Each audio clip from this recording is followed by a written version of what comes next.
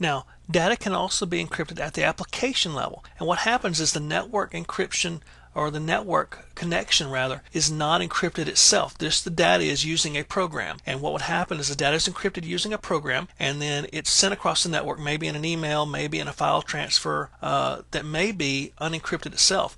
So you could send them an encrypted piece of data over FTP, and while FTP is unsecure and unencrypted, the data itself would be encrypted. And what would happen is at the other side, the other host would have to have this same program or same method of decrypting the data. The network would really have nothing to do with it, but when sniffing, you would still see some encrypted data that you could not read. Some of the programs that you could look at for encryption at the application level include TrueCrypt, PGP, and so forth. Those are popular programs. Some of those programs only work on the host itself. One example of that would be the EFS, the encrypted file system that Windows uses. That's only good for on the box itself. It doesn't encrypt across the network, so you have to be careful. A lot of people think that using EFS will also encrypt your data if you send it to someone. Well, it decrypts as soon as it hits the network, as soon as it leaves the box. So that's not a good way to encrypt network transmitted data. But some of the programs are very good to encrypt the data and send it over the network. Some of the encryption algorithms that you're going to see include both symmetric and asymmetric algorithms such as AES, Twofish, Blowfish, RSA, and so forth. Those are traditionally application type of encryption algorithms. We also use various encryption methods to protect sensitive data such as passwords. You want to use these encryption methods to protect passwords, to protect financial data, credit card data, personal data, and so forth. Use these methods to protect this data when sent across the network.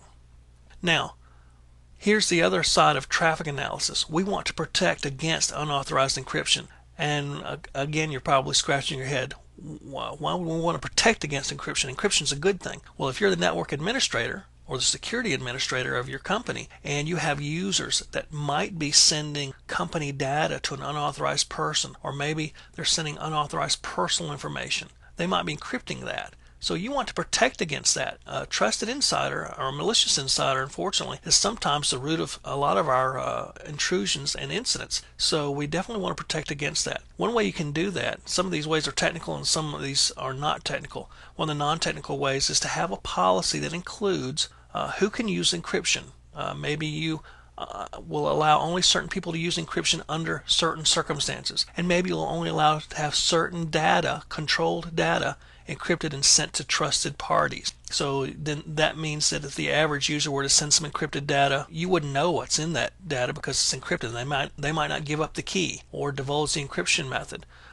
So you could be losing company or personal data that way. So you want to control that. One way to control that is to use key escrow. That means that whoever is authorized to send encrypted data has to provide you a copy of their key up front. So if necessary, and this can be a controlled process where you have to be authorized expressly to do it, but you can use that key to decrypt that data. So that is a check and balance method of ensuring that anyone who sends encrypted data can be checked on, so they can't be sending data they shouldn't be sending out or to unauthorized persons.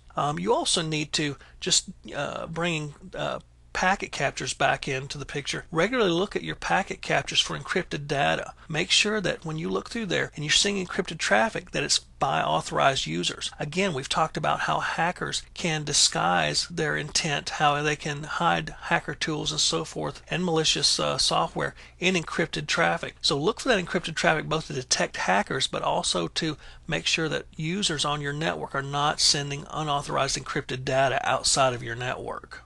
So that's some of the considerations when looking at encryption and analyzing traffic. On one hand, you want to use it to protect data from unauthorized people, but on the other hand, you don't want to lose data because people are using unauthorized encryption. So it's kind of a balance. It's a check and a balance. So just have a good policy and make sure you look for it when analyzing your packets.